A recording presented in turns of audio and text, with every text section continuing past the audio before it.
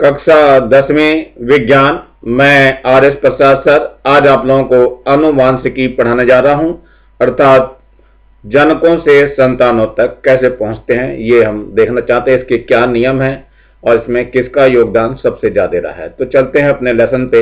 तो सबसे पहले यह है कि अनुवांशिकी कहते किसके हैं। तो लक्षणों का पीढ़ी दर पहुंचना, पीढ़ी दर पीढ़ी, एक पीढ़ी से दूसरी पीढ़ी में जो पहुंचते हैं उसी को हम अनुवांशिकी कहते हैं। ध्यान रखना बच्चों, ये अनुवांशिकी शब्द बहुत ज्यादा पूछा था, इसे हेरिटेबल बोलते हैं इसको। लक्षणों का पीढ़ी दर पीढ़ी पहुंचना अनुवांशिकी कहलाता है। एक पीढ़ी से दूसरी पीढ़ी में लक्षण पहुंच जाते हैं, इसको ही हम कहते हैं अनुवांशिकी। नंबर, ये दूसरी बात है, ये पहला नंबर की बात कर रहा था, ये दूसरे नंबर की भी बात करते हैं। एक जाति के जनकों की संतानों में समानताओं के बावजूद जो अंतर पाया जाता है उसे विभिन्नता कहते हैं। फिर से एक बार समझ लो, एक जाति के जनकों की संतानों में समानताओं के बावजूद जो अंतर पाया जाता है उसे विभिन्नता कहते हैं। यह भी परिभाषा बहुत ज्यादा पूछती है कि विभिन्नता से क्या समझते हो। इसके बाद नंबर 3 पे आते हैं। ऐसी विभिन्नताएं जिनके लक्षण एक पीढ़ी से दूसरी पीढ़ी में जाते हैं, जैसे ठुड्डी में गड्ढा होना, बालों का रंग, वंशागत विभिन्नताएं कहलाती हैं। ध्यान रखना, नाम इसका है वंशागत विभिन्नताएं कहलाती हैं। तो ये परिभाषाएं हैं जो आप लोगों को बीच बीच में मिलेंगी, लेकिन इनको एक जगह ही याद करना है। नंबर 4 पे चलते हैं जरा। नंबर 4 क्या कह रहा है? विभिन्नताओं जिनके लक्षण एक पीढ़ी से दूसरी पीढ़ी में नहीं जाते हैं। ध्यान रखना, ये नहीं जाते हैं, उन्हें उपार्जित विभिन्नताएं कहते हैं। उन्हें उपार्जित विभिन्नताएं कहते हैं, ध्यान रखना। और यहां क्या था? वंशागत विभिन्नताएं थे। जैसे मोटापा, ऐसा नहीं है कि मोटे का बच्चा मोटा ही हो। चोट का निशान, किसी एक को चोट लगी तो दूसरे को बच्चे को भी चोट लगे, ऐसा नहीं होता है। चलिए नंबर 5 पे देखते हैं क्या है। गुणों के एक पीढ़ी से दूसरी पीढ़ी तक पहुंचने की प्रक्रिया को समझने के लिए मेंडल ने कई सालों तक कई प्रयोग किए। जैसे मटर के पौधे लिए, क्योंकि मटर का जीवन काल 1 साल का होता है, इसलिए उस पर बहुत सारे प्रयोग किए, कई सारे प्रयोग को आसानी से वो कर सकता था। अतः मटर के पौधे पर किए गए प्रयोगों से उन्होंने अनुवांशिकी के बुनियादी नियम प्रतिपादित किए। इसी के आधार पर सारे नियमों का प्रतिपादन इन्होंने किया था। देखते हैं और आगे इन्होंने क्या कुछ करा है। यह है अगला नंबर। संयोग और संभावित की मदद से मेंडल ने अपने प्रयोगों के निष्कर्ष का अनुमान लगाते, जिसकी जांच वे प्रयोग द्वारा करते थे। पहले एक्सपेरिमेंट को देख लेते थे, फिर प्रयोग को द्वारा उसको एक संभावना व्यक्त करते थे, फिर उस पर प्रैक्टिकल करके उसका एक रिजल्ट देते थे। तो ये प्रयोग के द्वारा ही अपना सत्यापन स्वयं करते थे। मेंडल के प्रयोग में हमें अनुवांशिकी के बारे में इन चीजों का पता चलता है। पहला है नंबर, प्रत्येक गुण लक्षण प्रकट करने वाले 2 कारक होते हैं। हर एक में 2 कारक होता है कि ये चीज होगी और ये चीज नहीं होगी। अगला नंबर है, प्रजनन के दौरान हर जनक से एक कारक संतान को जरूर मिलता है। 2 कारक होते हैं संतान के पास, मतलब पेरेंट्स के पास, तो उसका एक कारक जरूर मिलता है संतान। इन कारकों का एक नया जोड़ा संतान में होता है, तो उसका एक जोड़ा संतान में जरूर मिलेगा। गुणों के विपरीत रूप कारकों के विपरीत जोड़े द्वारा व्यक्त किए होते हैं।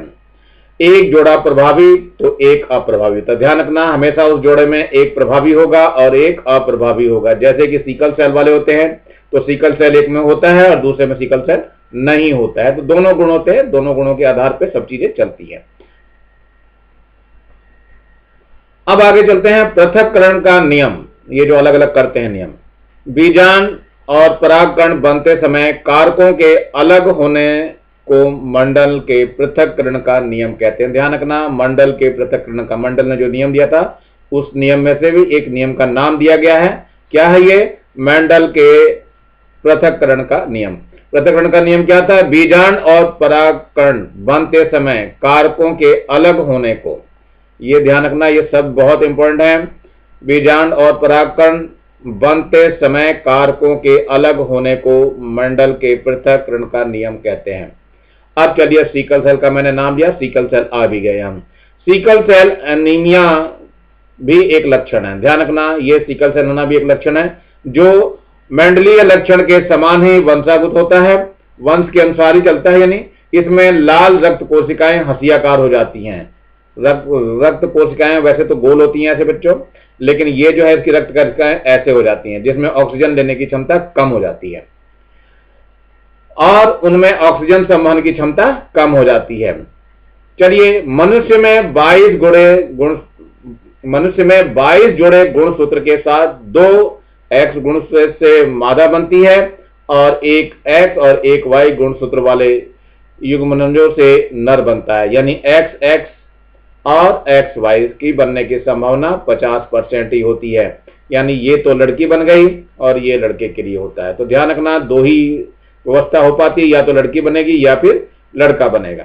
इसकी संभावनाएं हमारे पास 50% होती है, ये मेंडल ने बताया था। अब चलते हैं, इन मेंडल को भी जान लेते हैं, ये वास्तव में है कौन। ये है इनका पूरा नाम, ग्रेगर जोहान मेंडल। तो ये आपको नाम याद रखना है, तस्वीर भी थोड़ी सी देख करके याद ही रखोगे। और इसे क्या बोला जाता है, इन्हें अनुवांशिकी का जनक भी बोला जाता है, क्योंकि अनुवांशिकी पे सबसे ज्यादा काम इन्होंने किया है। तो ग्रेगर जॉन मेंडल को अनुवांशिकी का जनक कहा जाता है, father of heritable. Now come to the gene. क्या होते हैं जीन, को भी जानना बहुत जरूरी होते हैं। ये प्रश्न है आपका, जीन क्या होता है। उत्तर में, जीन अनुवांशिकी की इकाई है।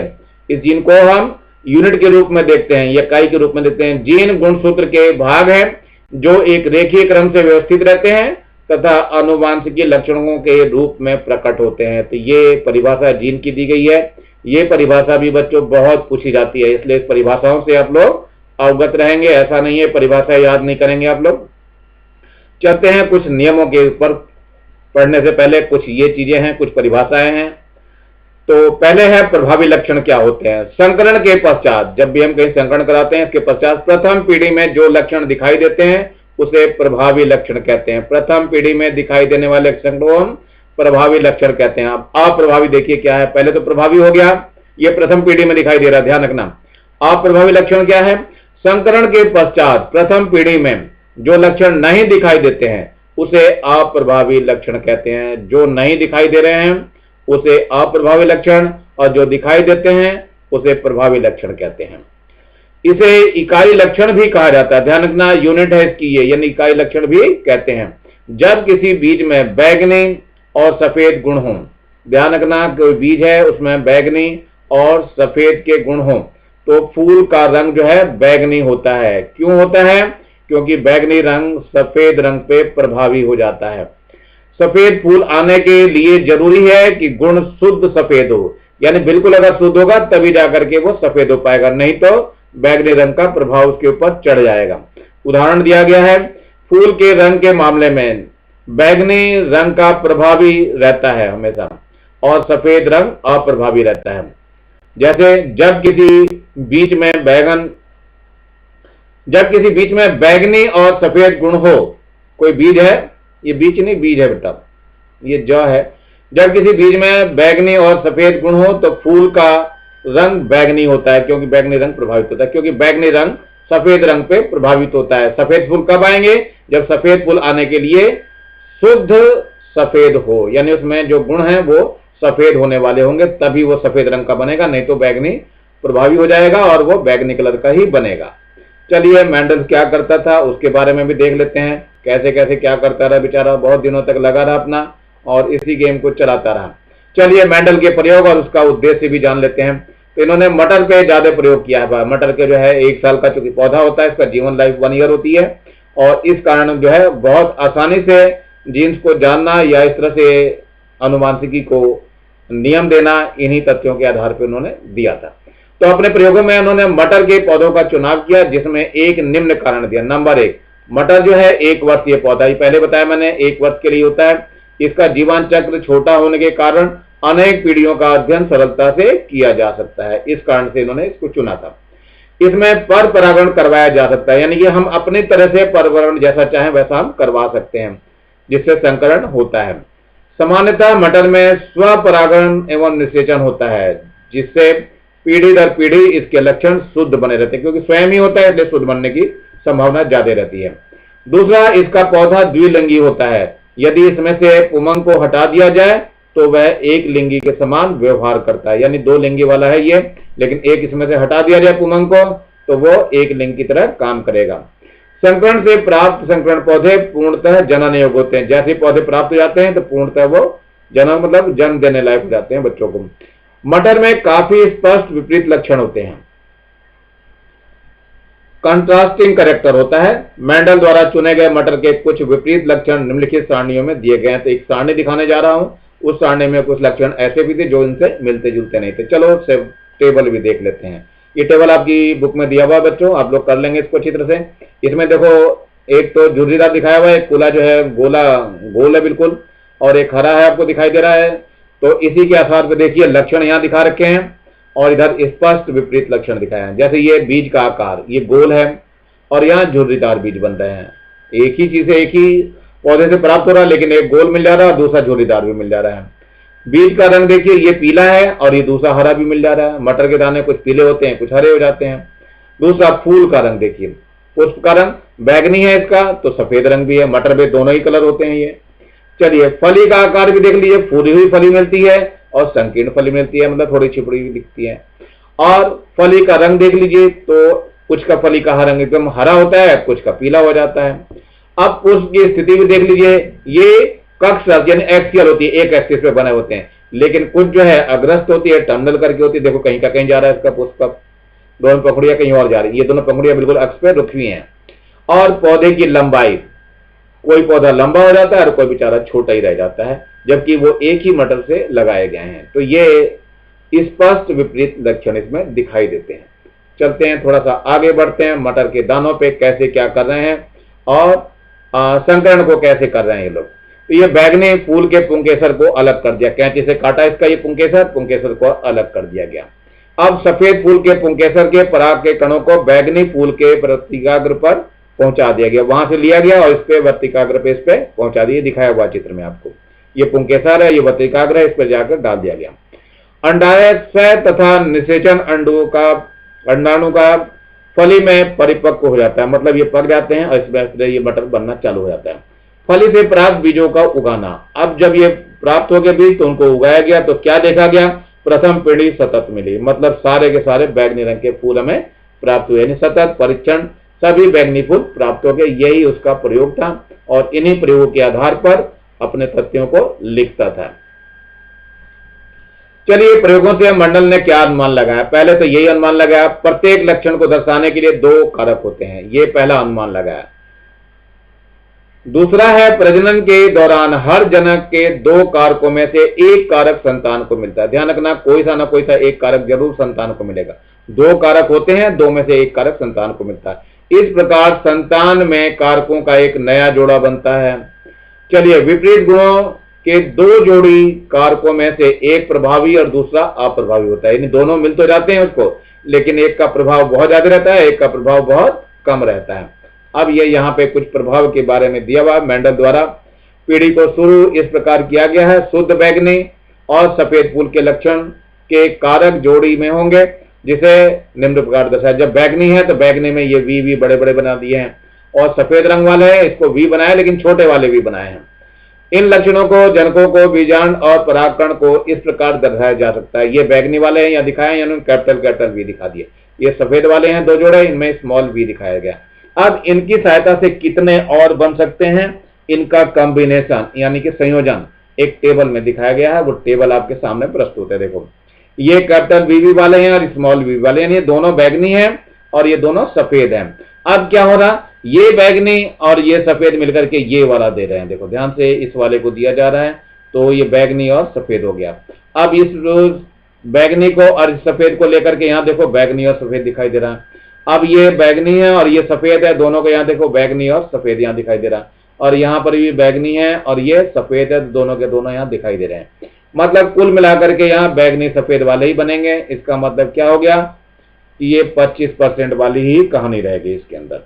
चलिए यहाँ पर भी देख लेते हैं, एक बैगनी है और एक सफेद है, यहाँ पर एक बैगनी और एक सफेद, तो बैगनी बैगनी मिला करके ये दोनों बैगनी हो गए। ऐसे ही एक बैगनी और एक सफेद मिला करके यहाँ बैगनी सफेद हो गए, और यहाँ पर एक सफेद और ये मिला करके बैगनी यहाँ पर आ गया बैगनी सफेद, और यहाँ पर क्या हो गया, दोनों बैगनी की बैगनी हो गए। तो किसी भी एक को ये 4 बन रहे हैं, 4 का मतलब एक एक को लिया जाए तो 25% बनते हैं। केवल एक जैसे वाले ये 2 हैं, दिखाओ इसमें, तो ये 50% हो जाएंगे। तो यही यहाँ पे कहा गया है। 25% पौधे पहली पीढ़ी के बैगनी फूल वाले जनक पौधे से समान है, और 25% पौधे पहली पीढ़ी के सफेद फूल वाले जनक पौधे के समान है। 50% ऐसे पौधे हैं जो द्वितीय पीढ़ी के जनक पौधे जैसे मिले, मेंडल ने इस प्रयोग में विषम रूप कारक यानी कि कैपिटल बी स्मॉल बी और इसका समरूप कारक स्मॉल बी या कैपिटल बी दोनों का होना ही बताया है इसने। तो ये कारण आप लोगों को लिखना है और टेबल भी आपको बनानी है कॉपी में, तो वैसे ही लिखा जाएगा। चलिए थोड़ा सा हम व्यक्तियों में भी चलते हैं, क्या होता है व्यक्तियों में। इसमें देखो ये सीकल सेल का दिखाया हुआ बच्चों, ये मनुष्य में सीकल सेल का लक्षण अनुवांशिकी के साथ कैसे जाता है वो दिखाया हुआ है। ये अप्रभावित वाहक पिता है, ये है अनइफेक्टेड कैरियर फादर, और ये जो है अप्रभावित वाहक माता है यानी अनइफेक्टेड कैरियर मदर है। यानी जनक पीढ़ियां हैं जहां से जन्म देते हैं बच्चों को। अब यहां से क्या होता है, तो पहले तो ये कैपिटल आर स्मॉल आर दोनों है इसके अंदर, और यहां पर भी कैपिटल आर और स्मॉल आर दोनों है। तो पहले हम देखते हैं इसका कैपिटल, इस वाले का कैपिटल और इस वाले का कैपिटल मिलकर के देखो यहां पर बन रहा है ये कैपिटल आर और कैपिटल आर आ गया। ये सामान्य होते हैं, चार में से एक ही बन रहा है। देखो ये चार है, चार में से ये एक बना हुआ है, ठीक है। इसके बाद यहां देखिए ये कैपिटल आर यहां से लिया गया है, कैपिटल आर इसका ले लिया हमने। यहां पे देखो कैपिटल आर इधर से आ रहा है और स्मॉल आर इधर से ले लिया हमने, तो ये कैपिटल आर और स्मॉल आर हो गया, वो यहां बन गया, ये वाहक बन गया आपका। ये सामान्य था, ये वाहक हुआ है। इसके बाद यहां से भी देखो ये स्मॉल आर है, ये स्मॉल आर आ गया यहाँ पे, और इधर से कैपिटल आर लिया गया ये वाला, तो कैपिटल आर आ गया, तो ये भी आपका वाहक बना है। यहां पर आ जाओ, इसमें स्मॉल आर है और इधर से भी स्मॉल आर है क्या, तो ये आपका रोगी जो है ये रोगी हो गया आपका। ये तो वाहक हो गया, सामान्य, इस पर कोई फर्क नहीं पड़ेगा, ये वाहक हो गए हैं और ये रोगी हो गया, क्योंकि दोनों में बिल्कुल सीकल सेल दोनों वाले आ गए इसके अंदर। तो ये सनातन पीढ़ी हुई यानी ऑफ स्प्रिंग हो गई है। तो चार में से तो ये एक है, यानी कि 25% हुआ। चार में से एक कैसे निकालते हैं बच्चों, देख लो, 1/4 गुणा 100 करके निकालते हैं। 4 एकम 4, 4 दूनी 8, 4 पंजे 20, तो ये 25% होता है। और ये दो है, चार में से दो है, तो 2/4 गुणा 100 कर देंगे, तो कितना आ जाएगा, ये 4 दूनी 8, 4 पंजे 20, 25 दूनी 50% हो जाएगा। तो ये ध्यान रखना, ये चार में से दो है तो ये 50% हो गए। तो यही चीज हम बताते हैं बार बार, ये 25% रहते हैं, ये दोनों मिलाकर के 50% हो गए और ये 25% हो गए। इस तरह से इनका प्रतिशत हमेशा चलता रहता है। तो ये आप लोगों को याद करना है, सीकल सेल का ये पूरा टेबल आप लोगों को आना चाहिए। अब आते हैं थोड़ा सा मनुष्य में लिंग का निर्धारण कैसे किया जाता है। पुरुष के पास जो है ये 2 एक्स और वाई होते हैं युग्मन, और ये स्त्री के पास यानी क्या होते हैं, केवल एक्स एक्स ही होता है युग्मक, जिसे हम जेमेट कहते हैं, युग्मक या जेमेट बोलते हैं इसको। अब जायगोट जो होते हैं देखो कैसे बनते हैं, पहले एक्स इसका ले लिया गया और एक्स इसका ले लिया गया, यानी एक्स पुरुष का और एक्स मादा का ले लिया गया, तो ये एक्स एक्स जब मिल जाते हैं तो लड़की बन जाती है। और इसके बाद दूसरा भी है, ये एक्स ले लिया गया और इधर से भी एक्स ले लिया गया, तब के केस में भी ये लड़की ही बनती है, यानी मादा ही बनेगी। यानी कि क्या हुआ, मतलब ये कि यदि दोनों एक जैसे ही हैं, क्योंकि पुरुष के पास एक्स वाई होता है लेकिन स्त्री के पास दोनों ही एक्स होते हैं, तो इस केस में मादा ही बनना है। यदि एक एक्स मिल जाए और एक वाई मिल जाए, यहां से एक एक्स मिल रहा और यहां से एक वाई मिल गया, तो ये नर बनता है, यानी लड़का बनेगा। इसके बाद यहां से भी फिर वही वाई ले रहे हैं और इधर से एक्स जा रहा है, तब भी एक्स वाई मिलना, तब भी ये लड़का बनेगा, ये नर बनेगा। इसका मतलब ये हो गया कि इनमें चार में से दो है ये, तो ये 50% हो गया और ये भी आपका 50% हो गया, यानी 50% लड़के के चांस होते हैं और 50% ही लड़की के चांस होते हैं। तो नर और मादा का इस तरह से निर्धारण किया जाता है गुणसूत्रों का। ये टेबल आप लोगों को एग्जाम में बहुत ज्यादा पूछा जाता है, तो इसका भी आप लोग ध्यान देंगे। अब चलते हैं कुछ प्रश्न उत्तरों की तरफ। प्रश्न उत्तर भी इसके कुछ आड़े तिरछे दिखाई देते हैं, लेकिन फिर भी आप लोगों को सारा का सारे प्रश्न उत्तर करने हैं। चलो देखते हैं कैसे है। तो सबसे पहले यह है, सही विकल्प चुनें। नंबर 1, मेंडल की सफलता का क्या कारण है। तो पहले ये तर्कों या प्रयोगों के आधार पर स्पष्ट योजना एवं विधिवत अभिलेख। नंबर 2, केवल उन्हीं लक्षणों पर ध्यान केंद्रित करना, कुछ ही लक्षणों पर ध्यान केंद्रित करना। गणित व सांख्यिकी का प्रयोग या उपरोक्त सभी। तो बच्चों उपरोक्त सभी है कि सारों का वो प्रयोग करता है। नंबर 2 है, मेंडल ने मटर के विपरीत लक्षणों वाले गुणों का अध्ययन किया था, निम्न में से कौन सा उनके अध्ययन में शामिल नहीं था। लंबा और बौना शामिल था, पीले और हरे बीज वो भी शामिल थे, अग्रस्त और कक्षस्थ पुष्प ये भी शामिल थे, लेकिन टुकना व खुरदरा जो है तना नहीं शामिल था। तने को शामिल नहीं किया गया था, फूल को शामिल किया गया था। तो ये इसमें द आंसर आपको ठीक करना है। इसके बाद अगला चलते हैं, ये है आपका तीसरा इससे में बहुत छोटा सा क्वेश्चन दिखाई दे रहा है, लेकिन क्वेश्चन आपको समझना पड़ेगा। कुछ लोग अपनी जीभ गोल मोड़ लेते हैं, रोलिंग कर लेते हैं, तो ये इन्होंने दिखाया कैपिटल आर या कैपिटल आर स्मॉल आर, ये और यह एक ऑटोसोम संबंधित प्रभावी गुण है। जो नहीं मोड़ सकते हैं वह अप्रभावी कारक कहलाते हैं, नॉन रोलर कहते हैं। स्मॉल आर से इनको दिखाया जा रहा है। चलिए देखते हैं। जब बच्चा अपनी जीभ को गोल मोड़ सकता है, उसका एक भाई जीभ नहीं मोड़ सकता है और दोनों बहनें जीभ गोल मोड़ सकती हैं। यदि उनके दोनों जनक जीभ मोड़ सकने वाले हैं तो जनकों के कारक होंगे। कौन से कारक होंगे? तो बच्चों यही वाले कारक होंगे, बी वाला। तो बी वाला करेक्ट है, आपको बी वाला इसमें टिक करना है, क्योंकि ये और ये तो बाकी संभव नहीं है। थोड़ा सा बढ़ते हैं अपने प्रश्नों की तरफ, आगे की ओर देखते हैं क्या दिए हुए हैं और प्रश्नों में। ये प्रश्न नंबर 4 आ गया। 4 में गाय की कौन सी प्रजाति सबसे अच्छी होती है छत्तीसगढ़ के लिए, ये पूछा गया है इसके अंदर, जो कम से कम साल में 20,000 लीटर दूध देती है। ये ऐसा ही प्रश्न है, हमारी छत्तीसगढ़ के लिए कौन सी गाय अच्छी रहेगी। तो ये क्वेश्चन देख लीजिए। गाय की एक प्रजाति जेबा गर्मी में रहने के अनुकूलित है और एक प्रजाति साहिवाल साल भर में लगभग 20,000 लीटर दूध देती है।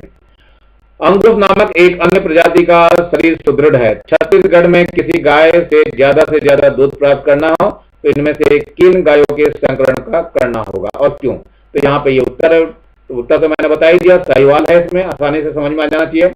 यहाँ दिए गए तीनों गाय की प्रजातियों में से साहिवाल गाय प्रजाति सबसे अधिक मात्रा में दूध देती है, यानी दूध इससे प्राप्त होता है ज्यादा।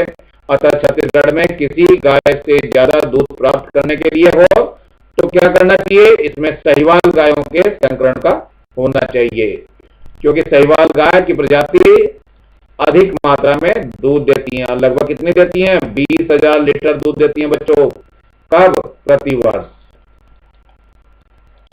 प्रतिवर्ष जो है 20,000 लीटर दूध देती हैं, ये ध्यान रखना है आपको। ऐसे भी क्वेश्चन बीच में से पूछ लिए जाते हैं। चलिए आगे बढ़ते हैं हम लोग 5वें प्रश्न की ओर। 5वां प्रश्न क्या है? अनुवांशिकी का अध्ययन हमें फसल उत्पादन को बढ़ाने के लिए कैसे मदद कर सकता है? ये तो बहुत अच्छा क्वेश्चन है, हमेशा मदद करता है। अनुवांशिकी का अध्ययन अगर हमें पहले से ज्ञात हो तो हम फसल को अच्छी प्राप्त कर सकते हैं। चलो देखते हैं उत्तर में।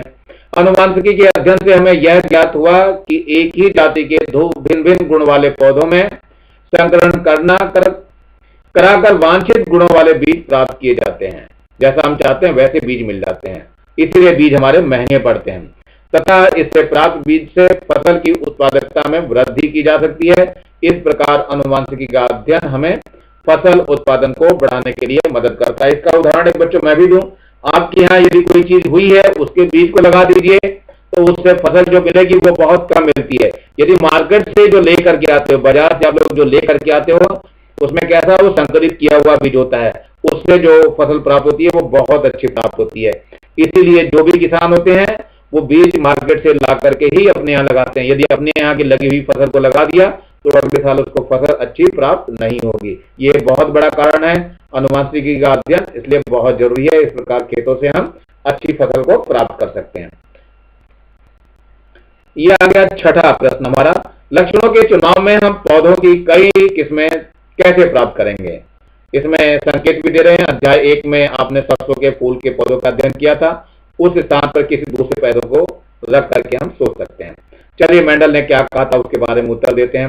मेंडल ने अपने प्रयोगों में अलग अलग लक्षणों वाले 2 पौधों, शुद्ध बैंगनी और शुद्ध सफेद फूल वाले पौधों के बीज बोए और उनमें से पर परागण करवाया। इस तरह जो संकरण बीज बने, उन्हें बोने पर जो पौधे बने उन सब में बैंगनी फूल लगे। इस प्रयोग को कई पीढ़ी तक करने पर हर पीढ़ी में उन्होंने शुद्ध और संकर पौधों की संख्या में से एक निश्चित अनुपात पाया तथा हर पीढ़ी में पौधे की नई किस्म को प्राप्त किया। इस तरह मेंडल ने उपरोक्त विधि का अनुसरण करके अलग अलग लक्षणों वाले 2 पौधों का चुनाव कर इसमें संकरण कराकर हम भी पौधों की नई किस्में प्राप्त कर सकते हैं। संकरण के द्वारा हम नए पौधों की किस्म प्राप्त कर सकते हैं जो पहले से अच्छी होती हैं। चलिए थोड़ा सा आगे भी बढ़ते हैं क्वेश्चनों को। 7वां प्रश्न है। 7वां प्रश्न क्या कह रहा है? अब यहाँ पे खेती किसानी आ चुकी है। तो एक कृषक ने बैंगनी फूल वाले मटर के पौधे के बीज लगाए और दावा किया कि अगली पीढ़ी में बैंगनी फूल के पौधे ही मिलेंगे। क्या वे सही थे? स्पष्ट करिए। हाँ बिल्कुल सही थे, क्योंकि बैगनी की बात चल रही थी। हाँ कृषक सही थे, क्योंकि कृषक ने मेंडल के प्रयोगों का अनुसरण करते हुए बैगनी फूल वाले मटर के पौधों में स्वपरागण करवाकर ऐसे बैगनी फूल वाले पौधे तैयार कर लिए जो पीढ़ी दर पीढ़ी यह लक्षण दर्शाते हैं। अर्थात अगली पीढ़ी में बैगनी फूल वाले मटर के पौधों से बैगनी फूल ही प्राप्त होंगे, यही इसका फायदा होता है। चलिए आजकल के लिए एक और दे रहे हैं, ये आजकल क्या हो रहा है इसको भी जानिए जरा। आजकल सफेद लाल गुलाब के फूल वाले पौधों से गुलाबी रंग के फूल वाले पौधे प्राप्त करना संभव हो गया है। क्या कुछ कारक घुलते मिलते हैं? कृषि से जुड़े कुछ और ऐसे उदाहरण भी हमें देने हैं, तो इनका उत्तर भी लिखना है आपको और कारण भी बताने हैं। चलिए उत्तर है, विपरीत गुणों के गुण में एक लक्षण दूसरे लक्षण के ऊपर पूर्ण रूप से प्रभावी नहीं होता है। मिराबिलिस जलापा के लाल पुष्प वाले पौधों को सफेद पुष्प वाले पौधों से क्रॉस करें तो प्रथम पीढ़ी में गुलाबी रंग के पुष्प प्राप्त होते हैं। द्वितीय पीढ़ी F2 में फिनोटाइप अनुपात रहता है, यानी 1:2:1 रहता है। अब यह यहाँ पे दिया है, जनक दे रखा है, इन्होंने RR लिखा हुआ है और सफेद पुष्प क्या लिखे हैं, स्मॉल RR। तो ये दोनों जब मिल जाते हैं, कैपिटल R स्मॉल r मिल जाते हैं, तो गुलाबी रंग का फूल प्राप्त होता है। ये है कैपिटल R स्मॉल r और ये F1 पहली पीढ़ी है।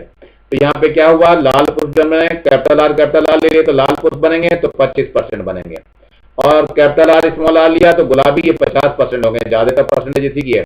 और क्या सफेद स्मॉल r वाले लेंगे तो 25% ही बनेंगे। इसकी गुणा भाग बिल्कुल वैसी जैसे पीछे टेबल बना के दिखाई थी, उसी के अनुसार आप गुणा भाग इसकी कर सकते हैं। तो मैं इसको दोबारा नहीं बताऊंगा, दोबारा आप लोग वहीं से बना कर देखें। जो V कैपिटल V और स्मॉल v का बनाया था, वैसे ही आपको कैपिटल R स्मॉल r का बनाना है। उपरोक्त प्रयोग में कैपिटल R स्मॉल r कारक घुलते मिलते हैं। कृषि से जुड़े अन्य ऐसे उदाहरण देखिए क्या हैं। एक ही जाति के दो भिन्न भिन्न गुणों वाले धान तथा गेहूं के पौधों में संकरण कराकर वांछित गुणों वाले बीज प्राप्त किए जाते हैं। ये सब हम मार्केट से जो बीज लाते हैं वो वैसे ही बीज हमें प्राप्त करके देते हैं। चलिए मार्केट से लेकर के अपने घरों तक पहुंचते हैं। प्रश्न नंबर 9 है, और दिया हुआ है क्रियाकलाप 3 आप किताब में देखना को, अगर आप एक ही सिक्के खेलने वाले, टॉस करने वाले सिक्के से खेलते हैं तो चित या पट होने की संभावना कितनी होती है, और क्या हर बार परिस्थिति 25% मिल सकती है। अब देखते हैं चितपट, यानी कि जो सिक्का उछाला जाता है उसमें हेड और टेल होते हैं, उसकी बात कर रहे हैं। अगर हम एक ही सिक्के को खेलें तो चित या पट होने की संभावना 1/2 ही होती है, 50% होती है। बस दो सिक्के को एक साथ उछाले जाएं तो एक चाल में दो सिक्कों की 4 परिस्थितियां होंगी। दोनों पर हेड आ जाए, एक पर हेड आ जाए पहले पे, दूसरे पे टेल आ जाए, और पहले पर हेड आ जाए, दूसरे पर पहले पर टेल आ जाए, दूसरे पर हेड आ जाए, या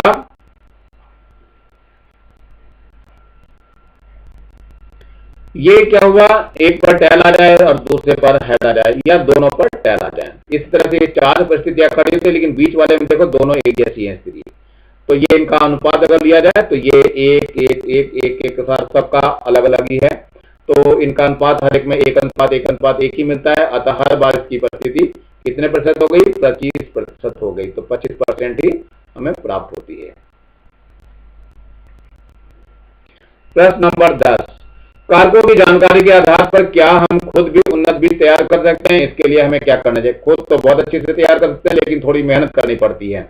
उत्तर है देखो इसका, कारकों की जानकारी के आधार पर हम खुद उन्नत बीज तैयार कर सकते हैं। इसके लिए हमें 2 अलग अलग किस्मों यानी गुणों के पौधों का चयन करके उसमें पर परागण कर के संकरण की क्रिया करके संकर बीज हम प्राप्त कर सकते हैं, और उसकी क्वालिटी बहुत अच्छी होती है और आगे फसल बहुत बढ़िया मिलती है। चलिए थोड़े छोटे क्वेश्चन पे आ जाते हैं। ये 11वां क्वेश्चन है, छोटा ही क्वेश्चन बेचारा। दूध की मिठास मुख्य रूप से उसमें उपस्थित लैक्टोज शर्करा के कारण होती है। लैक्टोज जो पाया जाता है वो मीठा लगता है।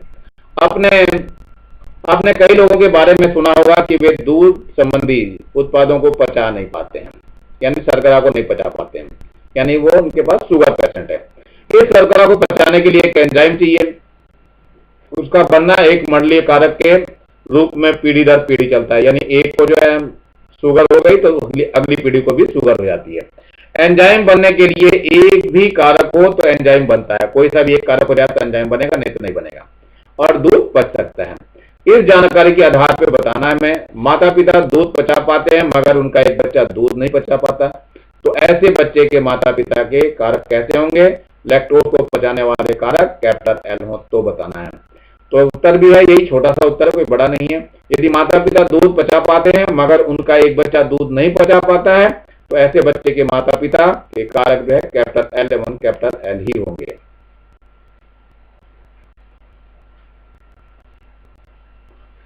बच्चे के कारक किस प्रकार के होंगे? ऐसे कारकों के जोड़ों को क्या कहा जाता है? चलिए देखिए, बच्चे के कारकों में कैपिटल एल और स्मॉल एल होंगे, जहां स्मॉल एल लैक्टोज को नहीं पचा पाने वाले कारक हैं। ध्यान रखना, कैपिटल एल पचा पाने कारक हैं, ये पचा पाने वाले कारक हैं, ये पचा पाने वाले नहीं कारक हैं। ऐसे कारकों के जोड़े को विषम रूप कारक कहते हैं। ये विषम परिस्थिति खड़ी होती है जब एक उसका और एक उसका दूसरे का हो। तो इन चीजों को आपको याद करना है। चलते हैं थोड़ा सा और आगे बढ़ते हैं। अब इसी में एक और बात करी जा रही है कि इन्हें माता पिता के कितने प्रतिशत बच्चे दूध पचा सकेंगे। तो बच्चों ध्यान रखना, इन्हीं माता पिता के जो है 75% बच्चे दूध पचा सकेंगे, इतनी ज्यादा संभावना रहती है, क्योंकि 25% ऐसी होगी जो नहीं पचा पाएंगे। तो ये आपको तैयार करना है। अब चलते हैं थोड़ा सा देखते हैं ये टेबल में क्या बता रहा है, चने कैसे तुड़वा रहा है। ये चने के पौधे के कक्ष से 1 या 2 पुष्प निकालते हैं और स्वाभाविक रूप से एक पुष्प में एक बीज बनना प्रभावी गुण है। इसमें 2 पुष्प से 2 बीज बनते हैं, यह अप्रभावी गुण है। यदि प्रभावी कारक को कैपिटल एस से, डबल एस से और अप्रभावी कारक को स्मॉल एस से प्रदर्शित किया जाए तो उक्त जानकारी के आधार पर निम्न प्रश्नों के उत्तर दीजिए। पहला प्रश्न पूछा जा रहा है, शुद्ध प्रभावी एकल पुष्पीय पौधे कैपिटल एस एस एवं शुद्ध अप्रभावी द्विपुष्पीय पौधे स्मॉल एस एस का परागण करने पर प्रथम संतित का स्वपरागण करने पर द्वितीय पीढ़ी में एक पुष्पीय एवं द्विपुष्पीय पौधे का प्रतिशत बताइए और इसको दर्शाना भी है। चलते हैं इसको दर्शाने के लिए भी। शुद्ध प्रभावी एकल पुष्पीय पौधे कैपिटल एस एस एवं शुद्ध अप्रभावी द्विपुष्पीय पौधे स्मॉल एस एस का परागण करने पर ये निम्न स्थितियां। पहली पीढ़ी के पौधे विषम रूप एवं पुष्पीय पौधे कैपिटल एस स्मॉल एस होंगे, क्योंकि कारकों के जोड़े इस प्रकार बनेंगे। देखो कैपिटल एस ले लिया गया, स्मॉल एस यहाँ ले लिया, तो इधर कैपिटल एस और ये स्मॉल एस यहाँ पे लिख दिया गया है। इधर से कैपिटल एस और ये स्मॉल एस वो यहाँ लिख दिया गया है। इधर से कैपिटल एस और ये स्मॉल एस यहाँ लिख दिया गया, यहाँ से कैपिटल एस और यहाँ से स्मॉल एस लेकर के यहाँ से लिख दिया गया। तो हर एक जगह तो आपको एक जैसा दिखाई दे रहा है इसमें। ऐसे द्वितीय पीढ़ी में जरा देखिए क्या है इसमें, कैपिटल एस स्मॉल एस फिर कैपिटल एस स्मॉल एस प्राप्त होंगे। द्वितीय पीढ़ी के कारकों के जोड़े इस प्रकार बन रहे हैं। देखो यहाँ पे कैपिटल एस है और ये स्मॉल एस है, इधर कैपिटल एस है, ये स्मॉल एस है, तो दोनों के कैपिटल एस यहाँ ले लिए गए। ये कैपिटल एस है और ये स्मॉल एस है वो यहाँ ले लिया गया। ऐसे ही कैपिटल एस है और ये स्मॉल एस है ये यहाँ ले लिया गया। ये स्मॉल एस है ये भी स्मॉल एस है, उसको यहाँ ले लिया गया है। तो उपरोक्त सारणी के आधार पर द्विपीढ़ी में एक पुष्पीय पौधों का प्रतिशत जो है, ध्यान रखना बच्चों, ये 25% ही होता है और द्विपुष्पीय पौधों का प्रतिशत भी 25% ही होता है। यानी सारे के सारे इसमें 25% ही हो पाते हैं। इस तरह से ये आप लोगों को टेबल बनानी पड़ेगी और बिना टेबल के बनाए आपको मार्क्स नहीं मिलेंगे। तो अच्छे नंबर पाने के लिए टेबल का होना बहुत जरूरी है। चलिए, विषम रूप एक पुष्पीय पौधे कैपिटल एस स्मॉल एस तथा शुद्ध अप्रभावी पुष्पीय पौधे स्मॉल एस एस के कारकों से उत्पन्न एकल पुष्पीय और द्विपुष्पीय पौधों का प्रतिशत बताना है। देखो वैसे ही टेबल बनाई गई है, कैपिटल एस ले लिया, स्मॉल एस ले लिया, यहाँ स्मॉल एस और स्मॉल एस दोनों ले लिए, तो कैपिटल एस और स्मॉल एस मिला के यहाँ कैपिटल एस स्मॉल एस हो गया। यहाँ दोनों स्मॉल मिल गए तो यहाँ दोनों स्मॉल हो गए, और यहाँ से स्मॉल है कैपिटल है तो यहाँ पे कैपिटल एस स्मॉल एस हो गया, यहाँ दोनों के दोनों स्मॉल एस हो गए। यानी उपरोक्त सारणी के आधार पर उत्पन्न एकल पुष्पीय पौधों का प्रतिशत 0% तथा द्विपुष्पीय पौधों का 50% हो गया। तो ये आपको तैयार करना है और लिखना है। इसी के आधार पे हम आगे प्रश्न को चलाते हैं। शुद्ध प्रभावी एकल पुष्पीय पौधे कैपिटल एस तथा विषम कैपिटल और स्मॉल एस एकल पुष्पीय पौधे को यदि परागित किया जाए तो एकल पुष्पीय पौधों का प्रतिशत बताइए और दर्शाइए। इसको यहाँ पे दर्शाना भी है। चलो देखते हैं टेबल बना करके। शुद्ध प्रभावी एकल पुष्पीय पौधे कैपिटल एस से दर्शा रहे हैं और विषम रूपीय एकल पुष्पीय पौधे ये कैपिटल एस स्मॉल एस से इसको परागित करने वाले कारकों के निम्न जोड़े होंगे। देखो कैपिटल एस दोनों ले लिया गया, यहाँ कैपिटल और स्मॉल एस है। तो कैपिटल एस दोनों लेकर के, कैपिटल एस दोनों यहाँ पे, यहाँ कैपिटल एस और ये कैपिटल एस, ये भी दोनों कैपिटल एस हैं, यहाँ स्मॉल एस और ये कैपिटल एस मिलके कैपिटल एस स्मॉल एस हो गया, और ये कैपिटल एस और स्मॉल एस मिलकर के कैपिटल एस और स्मॉल एस हो गया। इस प्रकार आपको हर एक जो है दो दो दिखाई दे रहे हैं, ये भी दोनों दो हैं, ये भी दो हैं, तो 4 में से 2 होंगे, तो 2/4 कितना होगा, 100 से कर देंगे तो 4 दुनिया 8, 4 पंजे 20, यानी 50% निकलेगा। देखो उपरोक्त सारणी के आधार पर एकल पुष्पीय पौधों का प्रतिशत जो होगा वो 50% होगा। तो इस तरह से आपको निकालना आना चाहिए और परसेंटेज में निकालनी आनी चाहिए। चलिए टेबल लास्ट में एक और आपको दिखाई जा रही है, ये मादा युग्मक R Y, R small Y, small R Y और स्मॉल आर वाई। यहाँ पर देखो नर युग्मक दे रखा कैपिटल आर वाई और capital R small Y, small R capital Y और स्मॉल आर स्मॉल वाई। इसमें ध्यान रखना बच्चों, ये गोल पीला दिखाई दे रहा है, ये गोल हरा दिखाई दे रहा है, झुर्रीदार पीला है, झुर्रीदार हरा है। इसमें एक बहुत इंपॉर्टेंट बात है, वो ध्यान रखना, मादा युग्मक जो कैपिटल है वो स्वस्थ हैं और जो स्मॉल है वो अस्वस्थ हैं। इधर भी नर युग्मक में जो कैपिटल है वो स्वस्थ हैं और जो स्मॉल है वो अस्वस्थ हैं। तो जब स्मॉल आएंगे तो वो ज्यादा उतना ही खराब बनेगा, और जो कैपिटल लेंगे उतना ही ज्यादा वो अच्छा बनेगा। जरा यहाँ देखिए पहले वाले में सारे कैपिटल हैं तो ये अच्छा गोल दिखाई दे रहा है आपको। इसमें देखो 3 कैपिटल हैं तो ये गोल दिखाई दे रहा है, इसमें देखो 3 कैपिटल है, स्मॉल है, तब भी ये गोल दिखाई दे रहा है। यहाँ पर क्या है, यहाँ पर 50-50% हो गया, तब भी लगभग एक जैसा दिखाई दे रहा है। यहाँ पर भी देखो 3 बड़े हैं तो ये अच्छा दिखाई दे रहा है, यहाँ पर 2 बड़े हैं 2 छोटे हैं, ये भी अच्छा दिख रहा है। यहाँ पर क्या हो गया है, इसको ध्यान दीजिए, यहाँ पर भी जो है बड़े हैं 50%, तब भी अच्छा है, यहाँ पर भी 50% है, ये बड़े इसमें तो अच्छी चांस है। यहाँ पर भी देखो 2 वाई और एक ये आर बड़ा है तो ये अच्छा है। यहाँ पर क्या है, वाई और आर 2 बड़े हैं, ये भी अच्छा, लेकिन यहाँ पे देखो स्मॉल आर खराब वाले अब ज्यादा आ गए इसके अंदर, तो ये क्या हो गया, खुरदरा बन गया। यहाँ पर भी देखो वाई और आर स्मॉल वाले जो है छोटे हो गए, ज्यादा हो गए, तो ये खुरदरा बन गया। ऐसे यहाँ पर भी देखो ये खुरदरे वाले स्थिति हो गई, क्योंकि स्मॉल वाले हैं यहाँ पे, ये भी स्मॉल वाले जाते हैं तो खुरदरा हो गया। लेकिन अगर 50% भी है तो ये बचा रहता है। तो इसकी गुणा बिल्कुल वैसे ही करनी, एक इधर से जाएगा एक ऊपर से आएगा, तो गुणा आप लोग कर लेंगे। ये क्रॉस दिखाया गया और ये चित्र जो है लास्ट में बनाया गया। इसी के साथ आपका लेसन समाप्त हो रहा है बच्चों। तो ये लेसन आपका ध्यान रखना, इस वाले उसमें आना है आपका अक्टूबर के असाइनमेंट में, इसके क्वेश्चन आंसर आएंगे, इसलिए क्वेश्चन आंसर आप लोग इसको लिख लीजिएगा और मुझे व्हाट्सएप के द्वारा कॉपी स्कैन करके भेजेंगे। आप लोग दिखाएंगे कि हाँ, या फिर किसी दिन आकर के चेक करवा लेंगे, जिससे मेरे को कंफर्म हो जाए कि आप लोगों ने ये कंफर्म कर लिया है। कॉपी चेक कराने के लिए एक ना एक दिन तो आना ही पड़ेगा आप लोगों को, इसलिए कोई दिन निर्धारित करके या कॉल करके आप लोग आएंगे, जिससे कि हम लोगों को भी पता चल रहा है, मैं भी वहां उपस्थित रहूंगा। और इसी के साथ जो ये लेसन समाप्त हो रहा है। अब नीचे एक लाल रंग का बटन दिखाई दे रहा होगा, इसको दबा के सब्सक्राइब करेंगे और ज्यादा से ज्यादा बच्चों को शेयर करेंगे, जिससे ज्यादा बच्चों का फायदा हो सके। इसी के साथ मैं आर एस प्रसाद सर आज एक्सरसाइज यहीं समाप्त करता हूं। Thank you, have a nice day.